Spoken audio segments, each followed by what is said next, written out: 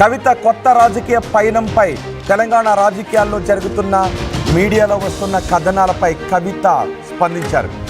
కవిత ఎప్పుడైతే బీఆర్ఎస్ అధ్యక్షుడు కేసీఆర్కు లేఖ రాశారో ఆ లేఖ ఎప్పుడైతే బయటకు వచ్చిందో ఆ తర్వాత ఆ లేఖలో ఉన్న అంశాలపై పెద్ద ఎత్తున తెలంగాణ రాజకీయాల్లో చర్చ జరిగింది. కేసీఆర్ని కలవటానికి కొంతమందికి యాక్సెస్ సరిగ్గా లేదు అనే విధంగా అందులో ఆ లేఖలో పేర్కొన్నారు. ఆ తర్వాత ఆ లేఖ బయటకు రావడం, ఆ లేఖ బయటకు వచ్చిన దానిపై కవిత స్పందించారు.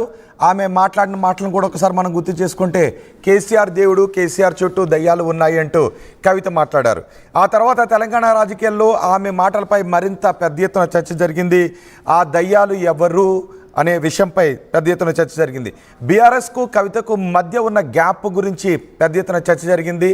తండ్రి దగ్గరకు వెళ్ళి కవిత చాలా విషయాలు చెప్పే అవకాశం లేదా అంటూ కూడా పెద్ద ఎత్తున చర్చ జరిగింది. అంతేకాదు కవిత కొత్త పార్టీ పెట్టబోతున్నారు అంటూ చర్చ జరిగింది. కవిత కొత్త పార్టీ పెట్టబోతున్నారు అంటూ ఎంపీ రఘునందన్ కూడా మాట్లాడారు. కొత్త పార్టీ పెట్టి షర్మిలలా ఆమె కూడా ఇక్కడ పాదయాత్ర చేస్తారు అంటూ ఆయన మాట్లాడారు. ఇప్పుడు మీడియాలో మరికొన్ని కథనాలు కూడా వస్తున్నాయి. కాంగ్రెస్తో ఒక మధ్యవర్తితో రాయబారం నేర్పారు కవిత అంటూ కొన్ని కథనాలు కూడా వచ్చాయి. కవిత కాంగ్రెస్ నాయకులతో టచ్లో ఉన్నారు. హస్తం గూటికి చేరేందుకు కవిత ప్రయత్నాలు చేస్తూ ఉన్నారు అంటూ కొన్ని కథనాలు వచ్చాయి. దానిపై కవిత స్పందించారు. ఈ వార్తలు అబద్ధము అంటూ కవిత మాట్లాడారు. కనీసం నన్ను సంప్రదించకుండా ఈ వార్త రాస్తారా అంటూ కవిత మాట్లాడారు. కానీ ఎవరు కూడా కవిత కొత్త రాజకీయ పయనం గురించి వస్తున్న మాటలపై కానీ, కవిత రాసిన లెటర్పై కానీ, కవిత దేవుడు దయ్యాలు అంటూ మాట్లాడిన మాటలపై కానీ అటు బీఆర్ఎస్ నాయకులు స్పందించడం లేదు, ఇటు కవిత కూడా చాలా మౌనంగా ఉన్నారు. దీంతో ఏ వార్తలైతే సర్క్యులేట్ అవుతూ ఉన్నాయో, ఏ వార్తలైతే చక్కర్లు కొడుతూ ఉన్నాయో అవి నిజమా అబద్ధం అంటూ మళ్ళీ జనాల్లో చర్చ జరుగుతుంది. ఒక కన్ఫ్యూజన్ వాతావరణం నెలకొంది. ఈ సమయంలో కాంగ్రెస్తో రాయబారం అంటూ ఒక వార్త రావడం, దానిపై నన్ను సంప్రదించకుండా ఈ వార్త రాస్తారంటూ కవిత మాట్లాడారు. కానీ జనాల్లో వస్తున్నటువంటి స్పెక్యులేషన్స్ పైన, చక్కర్లు కొడుతున్న వార్తలపైన ఎటువంటి ప్రెస్ మీట్ కానీ లేదంటే ఇంటర్వ్యూ కానీ కవిత చేయలేదు. కేవలం నన్ను సంప్రదించకుండా ఈ వార్త రాశారు. అయితే ఈ వార్తలపై ఏ విధంగానూ ఇక మాట్లాడకూడదు అని కూడా నిర్ణయించుకున్నారంటూ వార్తలు వచ్చాయి. కవిత విషయంపై పార్టీలో ఎవరు మాట్లాడొద్దు అంటూ అనధిక ఆదేశాలు జారీ చేశారు, అంతర్గత ఆదేశాలు జారీ చేశారంటూ కూడా వార్తలు వచ్చాయి. కానీ కవిత కేవలం ట్విట్టర్లో మాత్రమే స్పందించారు.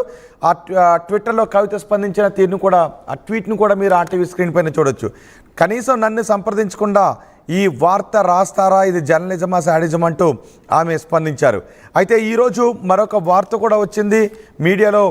అదే కవితకు మంత్రి పదవి ఇస్తారా అంటూ, 6 ఎమ్మెల్యేలను తెస్తా మంత్రి పదవి ఇస్తారా అంటూ కవిత కాంగ్రెస్ నాయకులతో మాట్లాడారు అంటూ మరొక వార్త కూడా వచ్చింది. అదే సమయంలో ఇటు బీజేపీ నాయకులు కూడా కొన్ని మాట్లాడారు. బీఆర్ఎస్లో ఉన్న ఎమ్మెల్యేలను కాపాడుకోవడానికి కొంతమందిని బిడ్డ పార్టీలోకి, కొంతమందిని కుమారుడు పార్టీలోకి, కొంతమందిని అల్లుని పార్టీలోకి పంపిస్తారు అంటూ బీజేపీ ఎంపీ రఘునందన్ రావు కొన్ని వ్యంగ్యంగా కూడా మాట్లాడారు. ఇప్పుడు కొన్ని పత్రికల్లో, కొన్ని మీడియాల్లో 6 ఎమ్మెల్యేలను తెస్తా మంత్రి పదవులు ఇస్తారా అంటూ కవిత రాయబారం నిలిపినట్టుగా కొన్ని వార్తలు వచ్చాయి. అయితే ఇది ఫేక్ న్యూస్ అంటూ కవిత కొట్టిపారేశారు. ఆ ట్వీట్ను కూడా మీరు ఆర్టీవీ స్క్రీన్ పైన చూడొచ్చు. ఇది ఫేక్ న్యూస్ అంటూ కొట్టిపారేశారు. ఆశ్చర్యార్థక గుర్తులు కూడా పెట్టారు. మంత్రి పదవి ఇస్తారంటూ క్వశ్చన్ మార్క్తో ఈ వార్త వచ్చింది. నిన్న కాంగ్రెస్తో రాయబారం అంటూ మీడియాలో వార్తలు వచ్చాయి. దానికి కొనసాగింపుగా ఈరోజు 6 ఎమ్మెల్యేలను తెస్తా మంత్రి పదవి ఇస్తారా అని. అయితే దీనిపై అటు బీఆర్ఎస్ నేతలు కానీ ఇటు కవిత కానీ మీడియా ముందుకు వచ్చి ఏమీ మాట్లాడడం లేదు. కవిత కొత్త పార్టీ పెడతారు అని కొన్ని ఊహాగానాలు వస్తున్నాయి. కవిత పాదయాత్ర చేస్తారు, కొత్త పార్టీ పెట్టాను కొన్ని ఊహాగానాలు వస్తున్నాయి. కవిత కాంగ్రెస్లో చేరుతారు అంటూ పత్రికల్లో కొన్ని వార్తలు వస్తున్నాయి. 6 ఎమ్మెల్యేలను తెస్తా అంటే బీఆర్ఎస్ను చీల్చుతా అంటూ కవిత కాంగ్రెస్తో రాయబారం నేర్పుతున్నారు, కాంగ్రెస్తో మాట్లాడుతూ ఉన్నారు అనే వార్తలు, హెడ్లైన్స్తో వార్తలు వస్తూ ఉన్నాయి. ఈ వార్తలను కవిత జస్ట్ ఫేక్ న్యూస్ అంటూ కొట్టిపారేశారు. అటు బీఆర్ఎస్ నాయకులు కానీ కవిత కానీ నేరుగా మీడియా ముందుకు వచ్చి వీటిపై క్లారిటీ ఇచ్చే ప్రయత్నం మాత్రం చేయడం లేదు. దీంతో తెలంగాణ రాజకీయాల్లో పెద్ద ఎత్తున చర్చ జరుగుతుంది. కవిత కొత్త రాజకీయ పయనాన్ని ప్రారంభించబోతున్నారని, ఇప్పటికే కవిత పెట్టబోతున్న కొత్త పార్టీ పేరు ఇదే. ఆమె పాదయాత్ర చేస్తారు. జూన్ 2వ తారీఖున ఆమె కొత్త పార్టీని అనౌన్స్ చేస్తారు అంటూ అటు బీజేపీ నేతలు కూడా మాట్లాడారు. వీటన్నిటి నడుమ ఇప్పుడు కాంగ్రెస్తో రాయబారం అంటూ వార్తలు రావడం, ఇంత గందరగోళ పరిస్థితుల్లో కూడా ఇటు బీఆర్ఎస్ కానీ కవిత కానీ ఎటువంటి మాటలు మాట్లాడకపోవడం పెద్ద ఎత్తున చర్చ జరుగుతుంది. అయితే కవిత మాత్రం 6 ఎమ్మెల్యేలను తెస్తా, మంత్రి పదవి ఇస్తారంటూ వచ్చిన వార్తలను ఆమె ఫేక్ న్యూస్ అంటూ జస్ట్ ట్వీట్ మాత్రం చేశారు. సో ఇప్పుడు అసలు ఏం జరగబోతోంది? కవిత కొత్త రాజకీయ పయనాన్ని ప్రారంభించబోతూ ఉన్నారా? బీఆర్ఎస్కు వ్యతిరేకంగా గలాన్ని విప్పే అవకాశం ఉందా? తండ్రికి వ్యతిరేకంగా, అన్నకు వ్యతిరేకంగా ఆమె గలాన్ని విప్పే అవకాశం ఉందా అనే విషయంపై పెద్ద ఎత్తున చర్చ జరుగుతుంది. మా ప్రతినిధి మధు ఉన్నారు పూర్తి సమాచారం అందించడానికి. అండ్ తెలంగాణ ప్రజలుగా మీరేమనుకుంటున్నారు? కవిత చుట్టూ జరుగుతున్న ఈ రాజకీయ ప్రచారం గురించి మీరేమనుకుంటున్నారు? తెలంగాణ ప్రజలుగా మీ అభిప్రాయం కామెంట్ బాక్స్లో తెలియచేయండి. నేను మా ప్రతినిధి మధుతో మాట్లాడతాను. ఒకవేళ వ్యాలిడ్ కామెంట్ని మీరు చేస్తే దాన్ని నేను చదివి వినిపిస్తాను ఆ కామెంట్ని. ఎస్ మధు, కవిత చుట్టూ జరుగుతున్న ఈ రాజకీయ ఊహాగానాలను ఏ విధంగా చూడాలి? ఎగ్జాక్ట్లీ, అంటే ఈ తప్పుడు వార్తకు కవిత కొట్టేస్తారు కానీ అది బయటికి రావట్లేదు. వీడియో రూపంలో కానీ మీడియాను కానీ షేర్ చేయట్లేదు. దీనికి సంబంధించి కాస్త అనుమానాలు రేకెత్తుతున్నాయి రాజకీయ వర్గాల్లో కానీ మీడియాలో కానీ. ఏం జరుగుతుంది అనేటువంటి అంశం పైన రోజుకొక వార్తా కథనం వస్తా ఉంది. ఆమె దాన్ని ట్వీట్ల రూపంలో ఖండిస్తా ఉంది. ఈ రోజు కూడా 6 ఎమ్మెల్యేలను తెస్తే మంత్రి పదవి ఇస్తారని ఏఐసీసీ అధిష్టానంతో సంప్రదింపులు చేసినట్టు వచ్చినటువంటి వార్త పెద్ద సెన్సేషన్ వార్త. ఎందుకంటే మొన్న మనం కేటీఆర్ రెస్పాండ్ కాలేదు, కవిత రెస్పాండ్ కాలేదు. మొన్న 10 మంది ఎమ్మెల్యేలు బీఆర్ఎస్ నుంచి పుట్టుకోవడం ఒక ఎత్తు అయితే, కవిత ఇలాంటి దానికి పాల్పడుతుందా, నిజంగా ఆలోచన ఇలా ఉందా అనేటువంటి దానిపైన ఈ వార్తా కథనాలతో పెద్ద ఎత్తున క్యాడర్ చర్చకొస్తా ఉంది. సిచ్యువేషన్ చూస్తూ ఉంటాయి. కొంతకాలంగా బీఆర్ఎస్ లైన్ కు భిన్నంగా కవిత వైఖరి ఉంటుంది.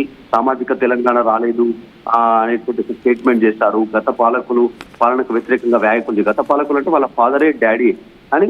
ఇలాంటి సిచ్యువేషన్ 48 నియోజకవర్గాల్లో సుడిగాలి పర్యటనలు, ఆమె సొంత బలం నిరూపించుకునే ప్రయత్నం, ఇవన్నీ కూడా కాంగ్రెస్ అధిష్టానంని ఆమె ప్రసన్నం చేసుకోవడానికే, నాకు ఇంత పట్టుందని చెప్పుకోవడానికే చేశారా అనేటువంటి చర్చ ఇప్పుడు కొత్త ప్రారంభమైంది.